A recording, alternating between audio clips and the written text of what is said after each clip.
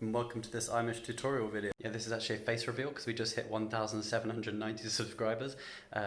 So PewDiePie, you better watch out. Now the actual reason why is because I've had this piece of furniture in my apartment for the last 6 months or so, and it's been staring me in the face saying, remodel me, remodel me. I finally have the time, so I'm actually going to remodel it, and I'm going to show you how I do it. So I'm going to be taking photographs of it so from various different angles. So for example, like, oh, I haven't actually showed you. So it's this beautiful thing, and it's a very, I don't know what the word is, sexy. So this is the actual side, and then I'll take one from the side and one from the front, and yeah, just various different angles, and then I'll show you how I have done it, and I'll talk you through the whole process. So then if you have a piece of furniture in your apartment which you want to recreate as well, then I guess this is the video for you. And I will also upload all my images, all of the image files from the side, front, back, and all the photos that I take of the chair, so then you can also recreate it yourself as well. Okay, so the first thing you do is just save the project, of course, and then you load in the images as a reference.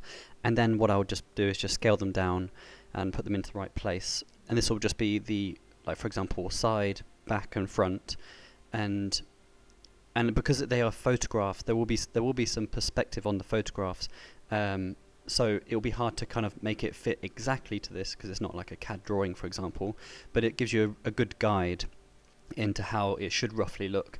So when I start making the actual, sides and all the kind of frame, don't be surprised if it doesn't match exactly to the photograph. Okay, so the next thing you want to do is add a bezier curve, and then just rotate it and place it into the kind of shape that you want it to be. And so you click on the next handle and press E, and then you'll extrude that one out, and then you can then use R to rotate that one then into the position that you want. And you go round and round, and to make it also a bit easier to see the curve, what you can do is also add some geometry. So you just go to the geometry tab and then go down to the section and just give it some width and some extra resolution if you'd like, and then you just can keep continuing around, and now it's a bit easier, you can actually see it. So just go round and around the shape. Okay, what I did here was go into edit mode and move the object to the side and make sure that the origin point was in the middle. And then what I could do then was add a mirror modifier. And then with the mirror modifier set, I can then do both sides at the same time. I also flipped the orientation as well, so that I could work with the number pad 3 to go to one side and then the number pad 1 to go to the other side. I don't know why, it just helped me in the workflow. And then with this point, because there are two parts going off from each other, what you can do is click on one of the vertex points from the curve and press Shift D to duplicate it, and then press E and then move it across. And it doesn't matter at this point if there are curves which are overlapping, so you can kind of see they're kind of poking through each other, but that will be kind of fixed later on because the actual chair itself has some kind of method of hiding those parts, which is actually really helpful, and it makes it far more simple to work with. So yeah, so that's what I've done here, and then I'm just going to do the same again here. So I've duplicated this point, and then I'm just going to extrude it and make sure it's got the right rotation, and then go around the shape again. So this is where it gets a little bit more fiddly, because when you get to the front, it will actually be a slightly different perspective because of the photograph that I took. So it will take a little bit of work to try to extrude the shape and try to get it to fit how I think it should look. So it also requires a little bit more of like a artistic touch, and it's also very, very helpful that I actually had the chair with me so I can kind of see how it looks in real life. So that's also an advantage. Once I've made the 2 points meet at the center, I'll then have to make sure that they are slightly at the correct orientation so that it merges correctly. I realise also at this point I haven't actually applied the scale, which I'll do a little bit later, but then that will help with the merging as well, because if you look on the right hand side, it says merging limit is at 0.001 meters, but because I've scaled it much smaller, it won't merge as well as it should do. And that's at least until I apply the scale, and then it would work fine. So at this point I'm just trying to make it meet in the middle as best as I can, and then I'll move on and try to make the rest of the shape fit, because it's not too important at this point to make things look completely perfect, because this is mainly the blocking out stage. So you see me now, I'll fast forward it again and see where we get up to.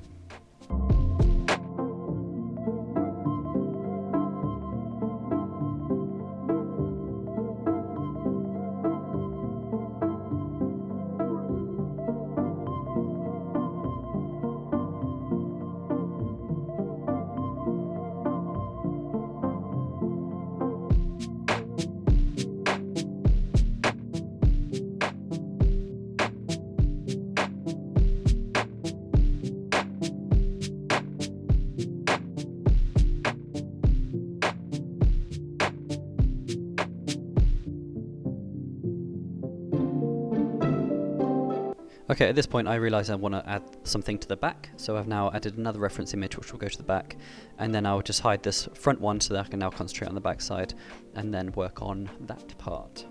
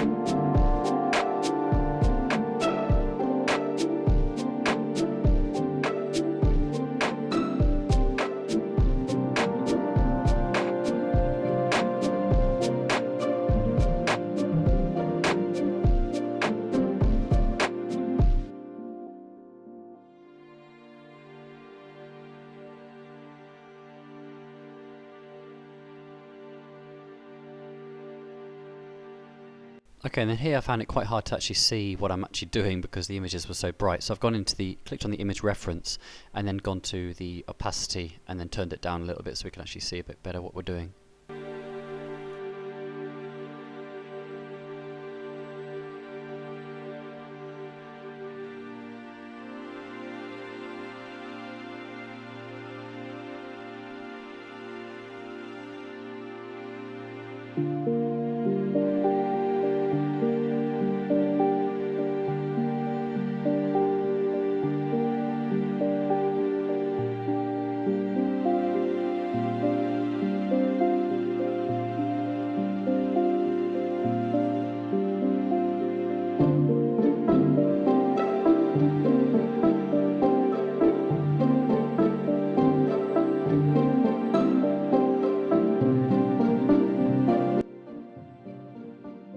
Okay, so now is the time where I needed to make the little wire bits that go into the middle. So I basically just, because the outside ring was already the correct shape, I just duplicated that, and then that already gave me the seat shape.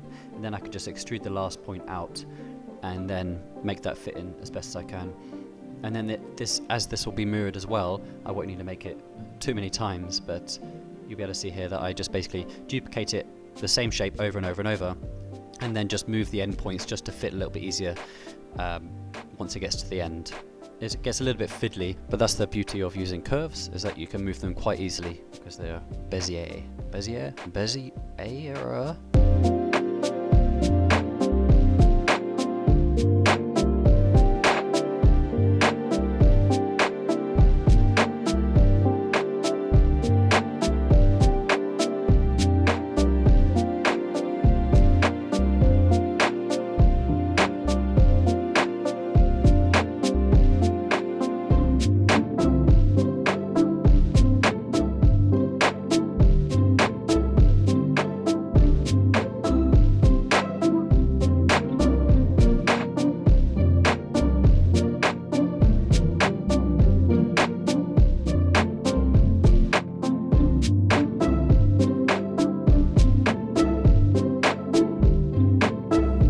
Okay, so I actually use proportional editing quite a lot in this, and it's quite helpful because it's quite a very organic shape that if you want to have everything kind of moving in the same direction, so it kind of flows quite nicely. So that's O on the keypad.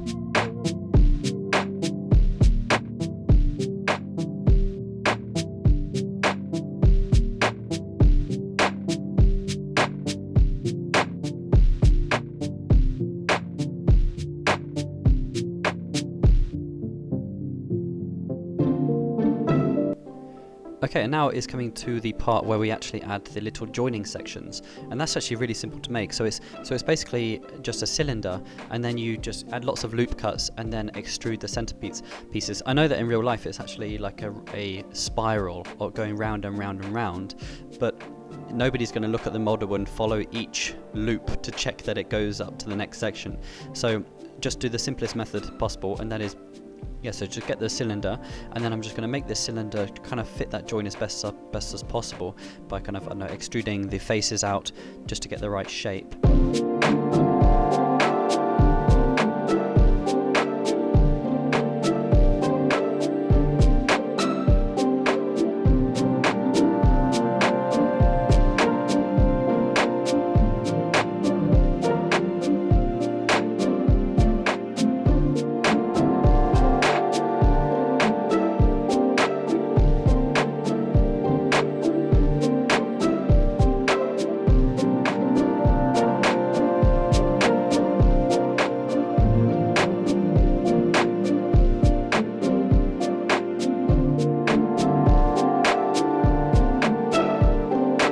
Okay, so one little trick I used here to select all of the edge loops without going through each one is to hold down Control and Alt and click on the loop that you want, and then you click on to select and then select edge loops, and then you can select all of them and it automatically does all of them for you.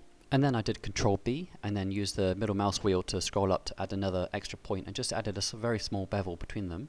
And then with that set, you do Control minus and then it just selects the middle one, and then you press V and then it separates them. And now each part is separated, and that will help later with the subdivision.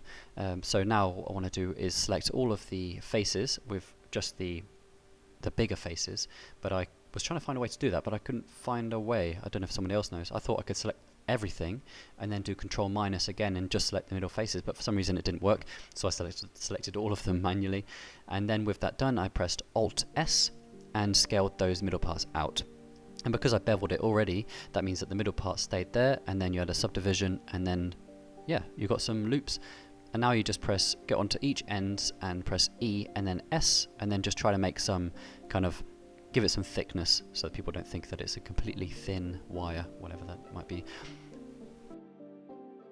And then what I did here was use the proportional editing and try to move the whole shape to try to fit more closely to the actual object. I try to make it go as close as possible to the cylinder that it's wrapping around, because that's what it is like in real life.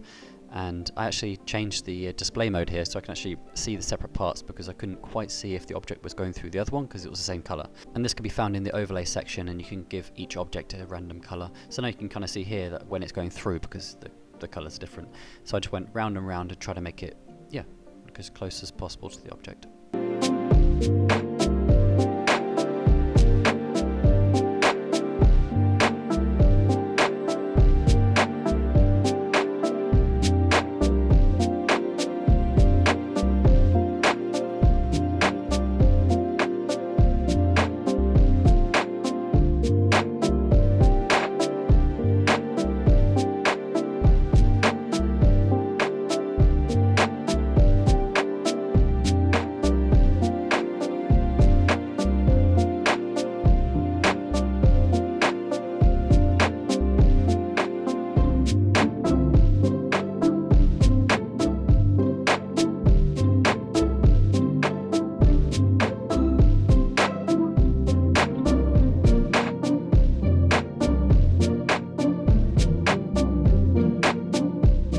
And then for this section I actually realised that I forgot to hit record, but I basically did the same thing where I added a cylinder and then went all the way around the shape. This one's a little bit more fiddly because in the centre part where the back of the chair actually meets the arm, on the actual chair they are kind of split off into two sections. So what I'll do here is I'll add all of the loops going all the way around and add the geometry like I did on the front, and then I'll split it off into two objects and then proportional edit them kind of away from each other so they kind of split in the center.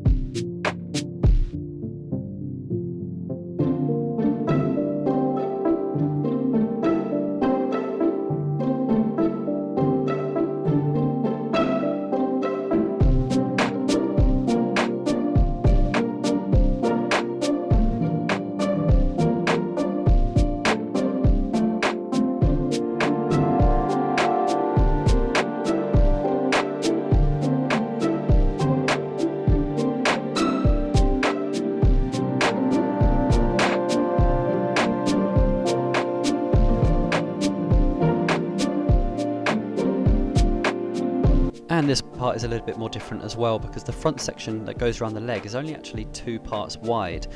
So it's basically like 2 thicker wires, or what are they called? I don't know what they're called. Wires. And then we add another cylinder like we did before around the front section, around this section. And then we extrude those 2 little parts in the front and make them go through that shape. And what I tried to do here was make it so that the loops go around this cylinder, but then try to make it look like they're kind of being pulled outwards by the 2 wires going through the front. You'll kind of see what I mean in a second, but that is basically what I did at this point.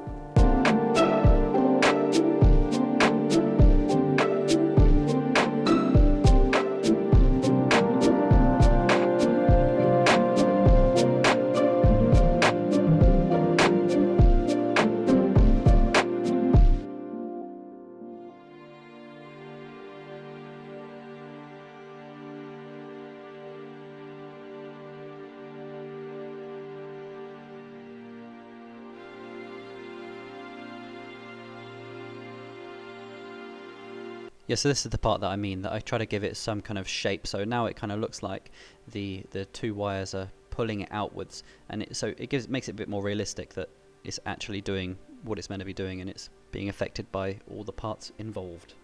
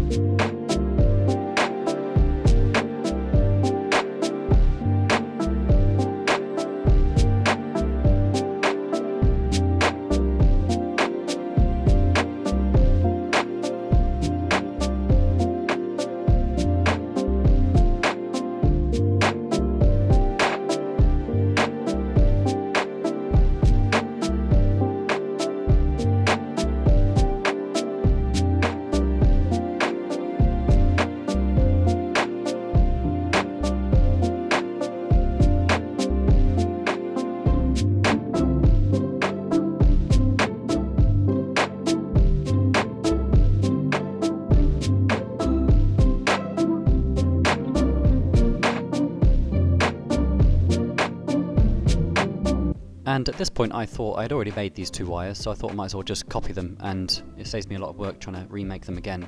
And I think I do that quite a lot throughout this whole thing. I just try to reuse things as much as possible, and I recommend you do that also.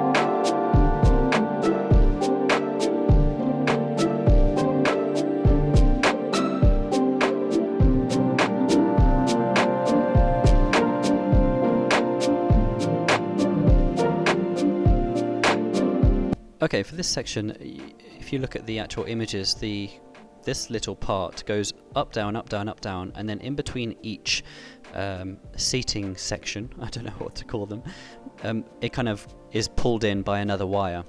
Now that wire that goes underneath is actually on the actual object. It kind of spirals all the way along the whole length, but I thought that nobody's going to see that, so I'm not going to give myself more work, so I'm just going to make some simple loops that go all the way around, and you'll see in a section how they kind of attach, but that's kind of basically what I did here. And this is basically a wire, and this method that I'm using here is not something I did later on for the actual back section, so I think stay tuned for that, because I think that method that I did is a bit better. I have a bit more control over where the edges are going. But this was kind of fine for now. So this is also what you can now see, where I added the loops that kind of grab onto the center section. And yeah, and you can just see what I do. I basically add these parts in, and then I pull all the sections, trying to make it a bit neater and make this mirrored as well. And actually, while I've got you here, so there's two parts here on the bottom. So there's this part, which I'm working on now, and then there's another part slightly more to the back. And what I did later on, which we'll see, is I actually duplicated these sections and moved them to the back. And halfway through that, I realized that it was far more work duplicating these and making them fit than it would be just to recreate them again. So I should have cut my losses and just started that section again, but I didn't, and I kept going, and it just took way longer than it should do, which you'll see in a second.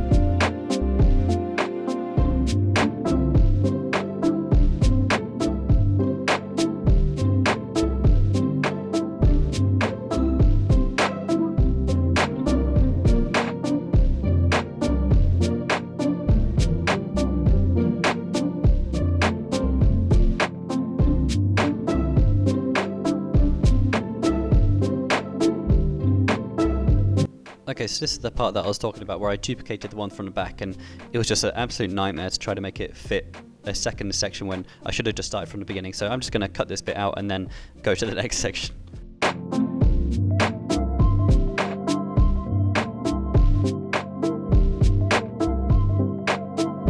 And here I really just wanted to see how it looks, so I gave it just a black material and made it a bit shiny, so I could just kind of see how all the edges are looking and see if I'm going in the right track. And I took a screenshot to share to Charles and then I continued.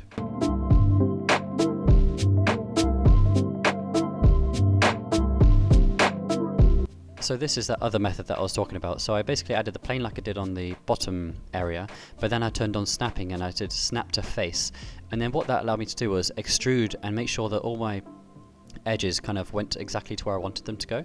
And this was actually wrong, so I restarted and I tried it again. So I realized I could really click on each individual part to make sure it really sticks to the object as close as possible, which was what I found far easier than the previous method, and it was a lot quicker, so you can see here. And then this actual section is a little bit more different than the bottom one, because on the actual chair, it kind of, the loops that pull this section in are kind of overlapping in like a square shape, like a cross shape. And what I found was the actual object in real life, it didn't actually go around the back like I make it go like this. So on my section I make it attached to the main center back pole, but that isn't how it is in real life. But I think that that's a nicer detail, because I don't want it to be hidden, so I just make it stretch all the way around to the back like this, and then I think it's more aesthetic for the back anyway, so that's what I did here. To make these two cylinders, I basically just made a cylinder and then duplicated it and then rotated them. And you can kind of see they're not perfect, and a lot of the things I do here are not totally perfect, but this is such an organic shape that nothing is perfect anyway, and I think it also adds to the realism.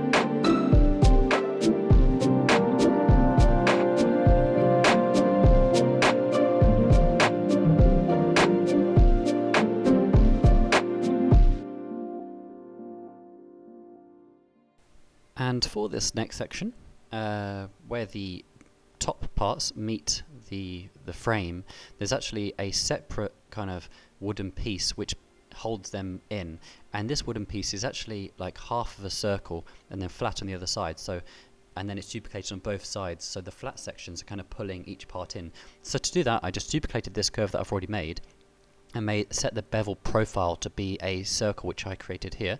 So now this is a curve, but it's only half of a curve, if you get me. So then I could pull this in to where I want it to go and use the Control and T to rotate, so make sure it's kind of facing, each point is facing the right direction, and then once I've created this part, I then duplicate it and send it to the back, and yeah, it's actually quite a nice method, and I think in the end it's also held in by some nails, which is also a really nice detail, and I think that this part is actually one of my favorite looking parts of the whole chair for some reason. Am I still recording? I think. Yeah, okay. I'm going to leave you to watch this in peace.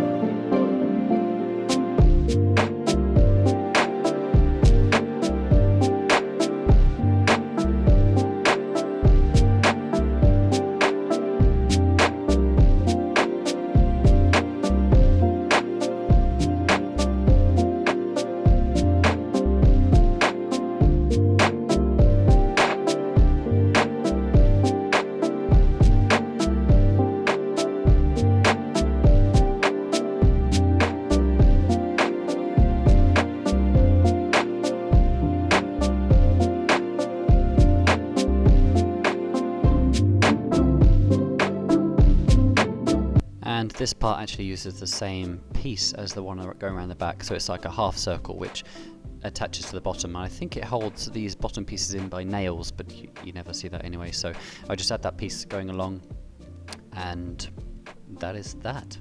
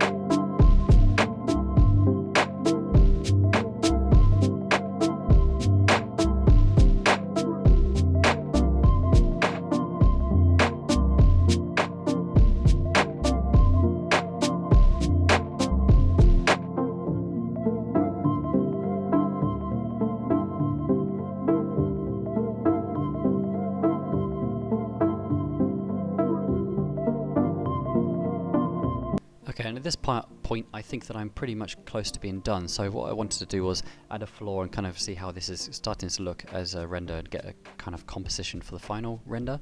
And what I do also is duplicate the chair and save that into its own collection and hide it, because now what I'm going to do is start applying the modifiers and making the curves into objects so that I can then add some seams and give it a material and make sure that material fits. I'll show you how I add the seams in a second. I'll actually slow it down for you. Okay, so once I converted the whole shape to a object, I then selected all the edge loops that go all the way around, and they're kind of the edge loops which you won't see. So I've tried to select the ones which are all hiding underneath. And because all of the edges have no end face, then you're simply able to just add these edge loops, set them to seam, and press select A to select everything, and then U to then unwrap, and you don't have to worry about the end faces which would normally mess it up. So just go round and round all of the object and select all of the, yeah, like I said.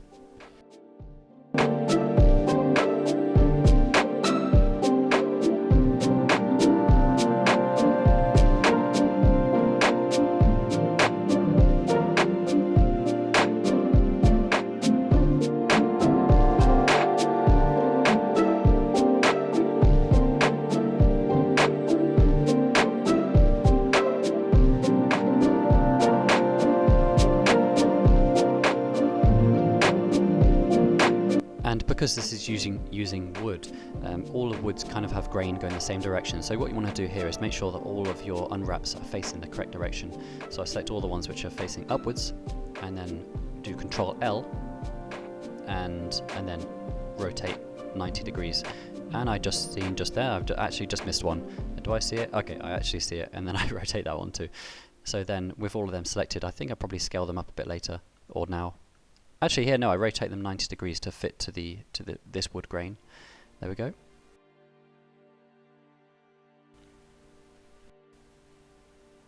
And then I do the same method for these back sections too, where I select everything and unwrap it. If you unwrap and it doesn't look quite right, try using either the conformal or the angular section for the unwrap. So in the bottom left corner now you see it says method conformal, and that for me gave some funny results actually. It kind of got smaller at the ends, so I tried angle based and then it worked. So you might just have to have a little play. And this is the point where I also realize that I'm about to unwrap the wires that kind of wrap many times around each section. And I should have actually added an edge loop at the very beginning and marked that as a seam, and then I wouldn't have had to do this, where I had to go through each one and select every single edge loop like I'm doing here, and then marking it as a seam. I should have just done that right at the very beginning, so lesson learned, but never mind, it only took me a few seconds for each one. And this is the same thing, so I selected all of them and unwrapped them. So actually here, they didn't go straight, which was an issue, but I was actually using a plugin called UV Squares, and I think if you Google UV Squares Blender 2.8, then you'll find the plugin, and it's amazing. I highly recommend you download this plugin. So if you see here, they're all going to be wonky, and then I click this button and then they'll go straight. So that really helps when you want to make them all fit to a certain wood grain. So yeah, I just go around all the way around all of these and select, unwrap, and square. There we go. So that's basically that method.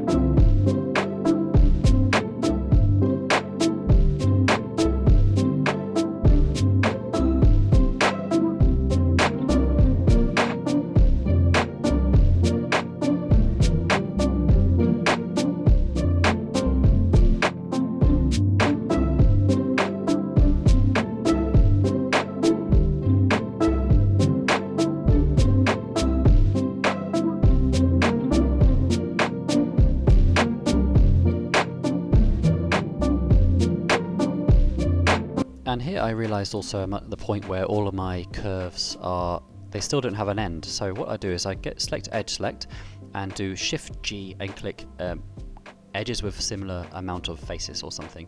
And then what I could do is just press F and then do Control B and add a slight bevel.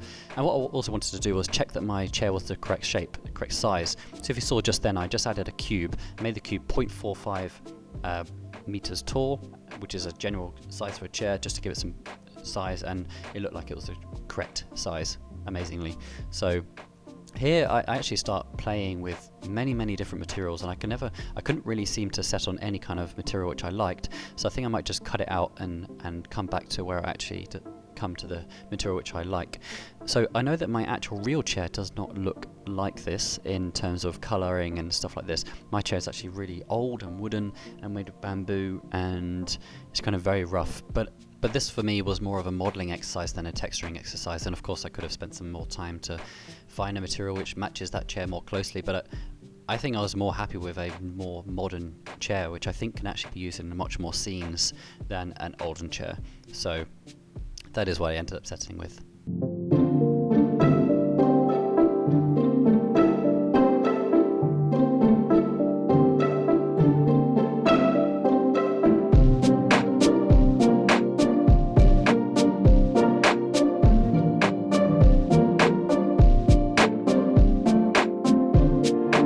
And now to help me kind of choose the right materials, I wanted to make the studio scene a bit more accurate so that I could kind of see how it would look in a studio setting. So what I did here was select the floor and make it a shadow catcher, and then I start adding some area lights to kind of give it the lighting, which we'll see in a second, because I found that I couldn't quite get the material looking how I wanted to, and it was quite hard to find what I was looking for.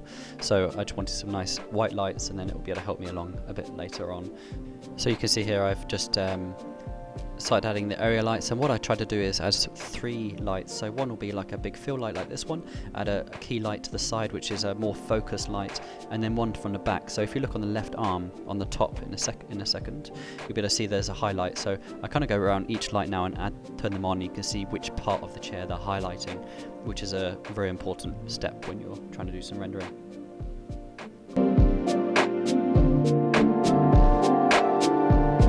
And I realised I've just missed off a very small detail, which is a very last leg part which attaches onto the bottom, because it's not quite touching the floor. So I just make this shape, and it actually adds quite a lot of nice detail. The shadows that come off of it, because you can see that the object is not quite touching the floor, but then there's this extra little detail on the bottom. Like, never forget about these kind of small things, because they can really add to your renders. I think better see it now. So along the bottom there's just this quite little small detail which I quite like.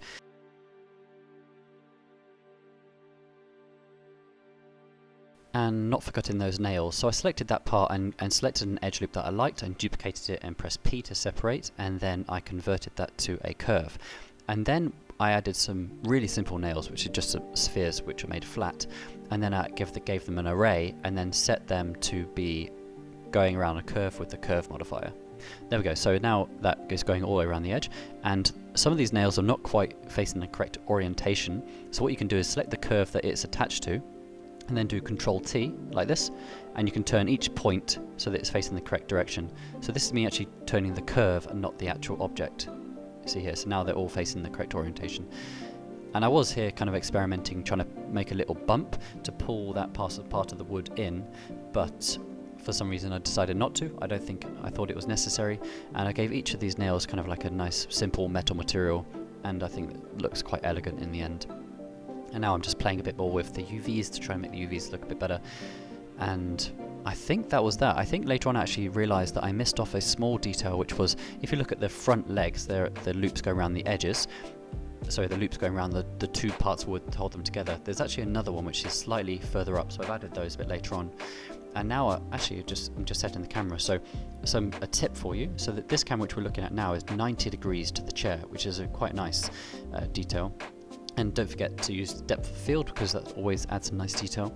Oh, and also I didn't quite like the normal map. This normal map is made full of more of like a veneer, so it's quite flat, but I wanted this one to be a bit more bumpy. So what I've done here is dragged in the image texture, gone to Photoshop, and gone filter, 3D, and then normal map generator, and it's amazing. You should use, if you have Photoshop, I highly recommend it. It's super quick.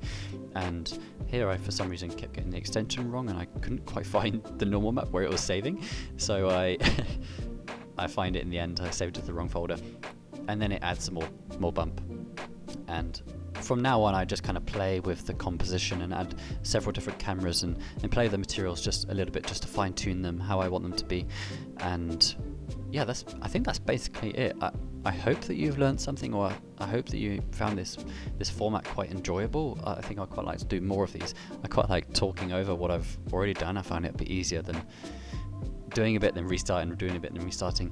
And yeah, before I kind of leave, I have to obviously say, I am working at iMeshh, and if you are looking for some 3D models, I'd highly recommend, obviously, to check out our website, iMeshh.com, and check out the exclusive membership. And basically, it's $99 for all of our assets, and I think that's pretty crazy. And I think once we add a few more hundred models, the models are going to be worth about 10 cents each, which is pretty ridiculous. And we're releasing 30 new models per month. And what you'll be helping us is to be able to produce more content like this and be able to produce